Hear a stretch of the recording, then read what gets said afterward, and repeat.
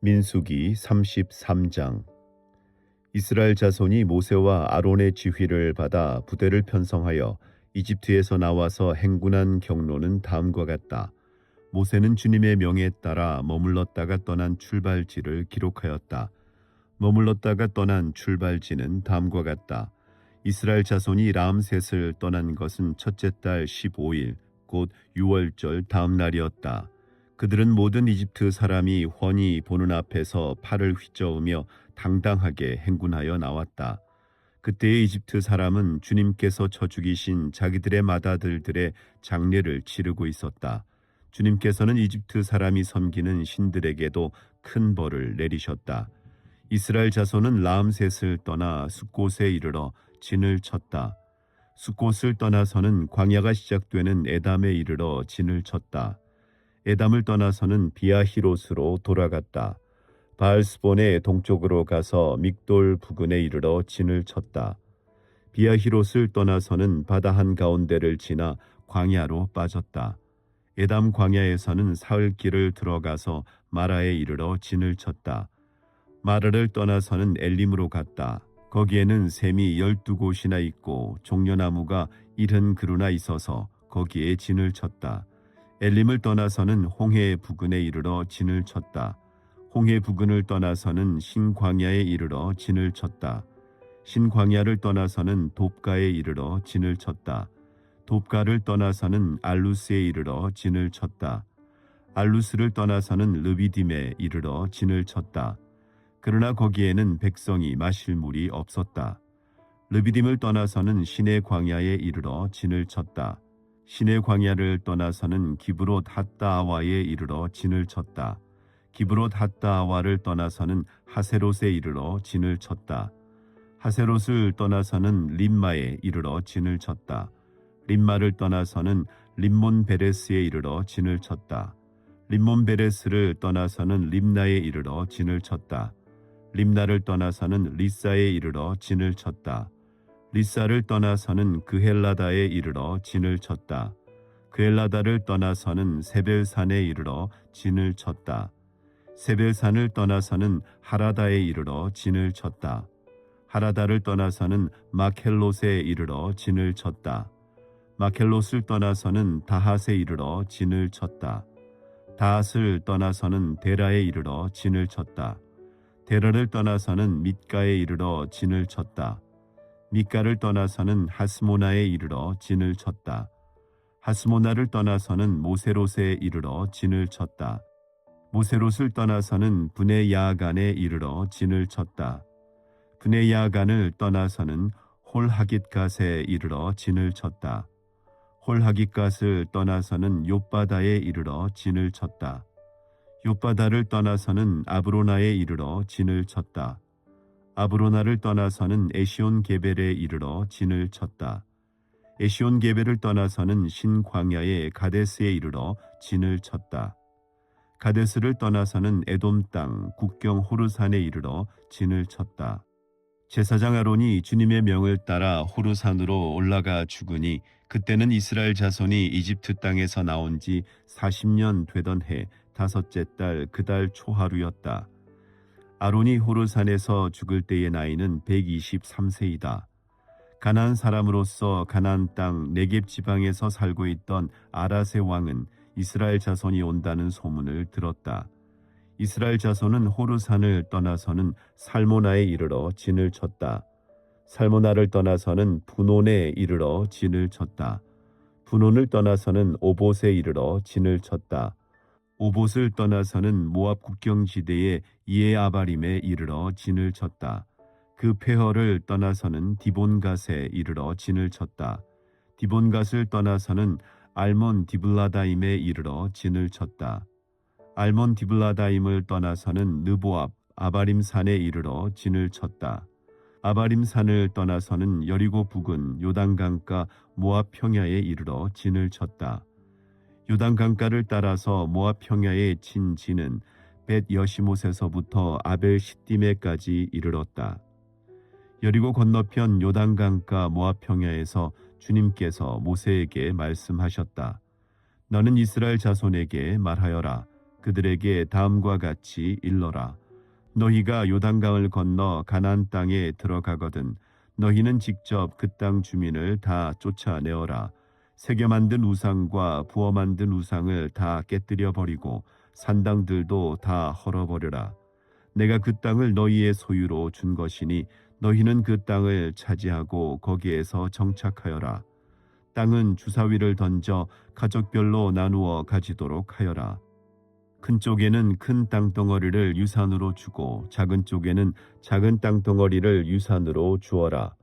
주사위를 던져 나오는 대로 각자 자기 것으로 삼도록 하여라. 땅을 나눌 때에는 같은 조상을 둔 지파들끼리 나누어 가지도록 하여라.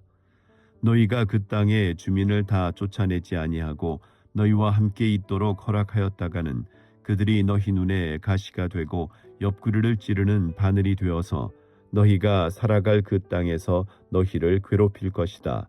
그뿐만 아니라 나는 그들에게 하기로 계획한 것을 그대로 너희에게 하겠다. 34장. 주님께서 모세에게 말씀하셨다. 이스라엘 자손에게 명하여라. 그들에게 다음과 같이 말하여라. 너희는 이제 곧 가나안 땅에 들어가게 된다. 이 땅은 너희가 유산으로 받을 땅인데 다음과 같이 사방 경계를 정한 가나안 땅 전체를 일컫는다. 너희 영토의 남쪽은 에돔의 경계선과 맞닿는 신광야에서부터 시작된다. 그러므로 너희 영토의 남쪽 경계는 동쪽의 사해 끝에서부터 시작된다. 너희의 경계선은 아그라빔 비탈 남쪽을 돌아 산을 지나 가데스바네아 남쪽 끝까지 갔다가 또 하살 아달로 빠져 아스몬까지 이른다. 경계선은 더 연장되어 아스몬에서부터 이집트 국경지대의 강을 따라 지중해가 시작되는 곳까지 이른다. 서쪽 경계는 지중해와 그 해안선이다. 이것이 너희의 서쪽 경계가 될 것이다. 너희의 북쪽 경계는 다음과 같다. 지중해에서부터 호르산까지 너희는 경계선을 그어라. 또 호르산에서부터 하맛 어귀로 경계선을 그어 스닷 끝까지 이르면 경계선은 거기에서 다시 시브론을 거쳐서 하살레난 끝까지 이른다. 이것이 너희 영토의 북쪽 경계이다. 너희의 영토의 동쪽 경계를 하살레난에서부터 스밤까지 그어라. 경계선은 여기에서 더 연장되어 스밤에서부터 아인 동쪽 리블라까지 내려갔다가 동쪽의 긴네렛 바다 해변까지 더 내려간다. 거기에서 다시 경계는 요단으로 내려가 사해 끝에서 멈춘다. 이것이 너희 땅의 사방 경계이다. 모세는 이스라엘 자손에게 명령하였다. 당신들 9지파와 반쪽 지파는 주님께서 당신들에게 주도록 명하신 이 땅을 제비 뽑아 나누어 가지십시오. 루벤 자손의 지파와 갓 자손의 지파와 므낫세 반쪽 지파는 조상 집안을 따라 유산을 받았습니다.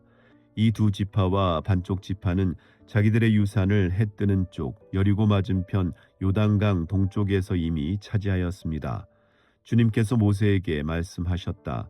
너희에게 유산으로 땅을 나누어 줄 사람들의 이름은 제사장 엘르아살과 눈의 아들 여호수아이다. 너희는 또 땅을 유산으로 나누어 줄 사람을 지파마다 한 사람씩 대표로 뽑아라. 다음은 그 사람들의 명단이다. 유다 지파에서는 여분네의 아들 갈렙이요, 시므온 지파에서는 암미후스의 아들 스무엘이요, 베냐민 지파에서는 기슬론의 아들 엘리다시요, 단 자손 지파에서는 요글리의 아들 붓기 족장이요, 요셉 자손 가운데 므낫세 자손의 지파에서는 에봇의 아들 한니엘 족장이요, 에브라임 자손의 지파에서는 십단의 아들 그무엘 족장이요, 스불론 자손의 지파에서는 바르낙의 아들 엘리사반 족장이요, 이사갈 자손 지파에서는 아산의 아들 발디엘 족장이요, 아셀 자손의 지파에서는 슬로미의 아들 아히훗 족장이요, 납달리 자손의 지파에서는 암미후스의 아들 부다헬 족장이다. 이들은 가나안 땅에서 이스라엘 자손에게 유산을 나누어 주도록 주님께 명령을 받은 이들이다. 35장. 여리고 건너편 요단강가 모압 평야에서 주님께서 모세에게 말씀하셨다.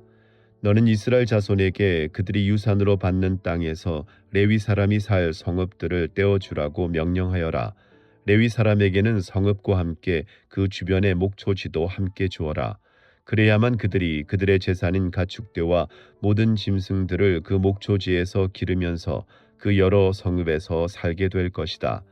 너희가 레위 사람에게 줄 성읍 둘레의 목초지의 범위는 각 성에 다같이 성벽 둘레로부터 2천자까지의 지역이어야 한다. 성을 중심으로 하여 성밖 동쪽으로 2천자, 남쪽으로 2천자, 서쪽으로 2천자, 북쪽으로 2천자씩을 재어라. 이것이 각 레위 사람의 성읍에 딸린 목초지이다. 너희가 레위 사람에게 줄 성읍들 가운데서 6은 도피성으로 만들어서 사람을 죽인 자가 그리로 도피할 수 있게 하고 이 밖에 별도로 레위 사람에게 42성읍을 주어라. 너희는 레위 사람에게 모두 48성읍과 거기에 딸린 목초지를 주어야 한다. 이스라엘 자손이 가지고 있는 땅을 떼어서 그것을 레위 사람에게 줄 때에는 각 지파들이 받은 몫의 비율대로 떼어내도록 하여라. 많이 가진 지파에서는 많은 성읍을 떼어내고 적게 가진 지파에서는 적게 떼어내어라. 주님께서 모세에게 말씀하셨다. 너는 이스라엘 자손에게 말하여라. 그들에게 다음과 같이 일러라. 너희가 앞으로 곧 요단강을 건너 가나안 땅에 들어가게 되거든 성읍들 가운데서 얼마를 도피성으로 정하여 실수로 사람을 죽게 한 자가 그곳으로 도피하게 하여라. 그 성읍들을 복수자를 피하는 도피처로 삼아서 사람을 죽게 한 자가 회중 앞에서 재판을 받기 전에 죽는 일이 없도록 하여야 한다. 너희가 레위 사람에게 줄 성읍들 가운데서 이들 6성읍을 너희의 도피성으로 삼아라. 그 가운데 3성읍은 요단강 동쪽에 두고 나머지 3성읍은 가나안 땅에 두어 도피성이 되게 하여라. 이들 6성읍은 이스라엘 자손은 물론이려니와 외국인이나 너희와 함께 사는 본토인이면 누구든지 실수로 사람을 죽게 한 자가 도피하는 곳이 될 것이다. 만일 쇠붙이 같은 것으로 사람을 쳐서 죽게 하였으면 그는 살인자이다. 그러한 살인자는 반드시 죽여야 한다. 사람을 죽일 만한 돌을 들고 있다가 그것으로 사람을 쳐서 죽게 하였으면 그는 살인자이다. 그러한 살인자는 반드시 죽여야 한다. 만일 사람을 죽일 만한 나무 연장을 들고 있다가 그것으로 사람을 쳐서 죽게 하였으면 그는 살인자이다. 그러한 살인자는 반드시 죽여야 한다. 이러한 경우에 그 살인자를 죽일 사람은 피해자의 피를 보복할 친족이다. 그는 그 살인자를 만나는 대로 죽일 수 있다. 미워하기 때문에 밀쳐서 죽게 하거나 몰래 숨어 있다가 무엇을 던져서 죽게 하거나 원한이 있어서 주먹으로 쳐서 사람을 죽게 하였으면 그는 살인자이다. 그러한 살인자는 반드시 죽여야 한다. 피를 보복할 친족은 어디서 그를 만나든지 그를 죽일 수 있다. 그러나 아무런 원한도 없이 사람을 밀치거나 몰래 숨어 있다가 무엇을 던지거나 한 것이 아니고 잘못 보고 굴린 돌이 사람에게 맞아 그를 죽게 하였으면 그 가해자가 피해자의 원수가 아니고 더욱이 그를 해칠 의사가 전혀 없었던 것이므로 회중은 이러한 규례에 따라서 그 가해자와 피를 보복할 친족 사이를 판단해야 한다. 회중은 그 살인 혐의를 받은 사람이 피를 보복할 피해자의 친족에게서 보복을 당하지 않도록 그 살인 혐의자를 그가 도피한 도피성으로 돌려보내야 한다. 그리고 그는 거룩한 기름을 부어 성직에 임명된 대제사장이 죽을 때까지 거기에 머물러야 한다. 도피성으로 피한 그 살인자가 도피성의 경계 밖으로 나갔을 때에 마침 피를 보복할 친척이 그를 알아보고 도피성의 경계 밖에서 죽였으면 그 친척에게는 아무런 살인죄도 적용되지 않는다. 살인자는 반드시 대제사장이 죽을 때까지 도피성에 머물러 있어야 하고 대제사장이 죽은 다음에야 비로소 자기 소유지가 있는 땅으로 돌아갈 수 있다. 위에서 말한 율례는 너희가 어디에 가서 살든지 자자손손 모든 세대에 적용되는 율례이다. 누구든지 사람을 죽인 사람은 살인자이므로 반드시 죽여야 한다. 그러나 거기에는 증인들이 있어야 한다. 오직 한 증인의 증언만으로는 어느 누구도 죽이지 못한다. 살인죄를 지었을 때에는 살인범에게 속전을 받고 목숨을 살려주어서는 안 된다. 그는 반드시 죽여야 한다. 대제사장이 죽기 전에는 도피성으로 피한 사람에게 속전을 받고 그를 제 땅으로 돌려보내어 살게 해서는 안 된다. 너희가 사는 땅을 더럽히지 말아라. 비가 땅에 떨어지면 땅이 더러워진다. 피가 떨어진 땅은 피를 흘리게 한 그 살해자의 피가 아니고서는 깨끗하게 되지 않는다. 너희가 사는 땅, 곧 내가 머물러 있는 이 땅을 더럽히지 말아라. 나 주가 이스라엘 자손과 더불어 함께 머물고 있다. 36장. 요셉 자손 가문 가운데 므낫세의 손자이자 마길의 아들인 길르앗 자손 가문이 있는데 바로 길르앗 자손에 속한 각 가문의 우두머리들이 나서서 모세와 이스라엘 자손의 지도자들인 각 가문의 우두머리 앞에 나와서 이렇게 말하였다.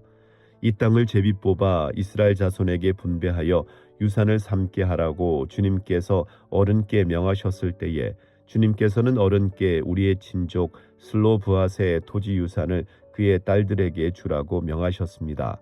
그러나 그 딸들이 이스라엘 자손의 다른 지파 남자들과 결혼할 때에는 그 딸들이 받은 유산은 우리 조상 대대로 물려온 유산에서 떨어져 나가 그 딸들이 시집간 그 지파의 유산이 될 것입니다.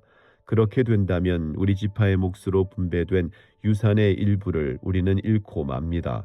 이스라엘 자손이 누리는 희년이 되어도 그 딸들이 물려받은 유산은 그 딸들의 시집 지파의 유산에 합쳐질 것이므로 결국 우리는 조상 대대로 물려받은 지파 유산에서 그만큼의 유산을 잃는 것입니다.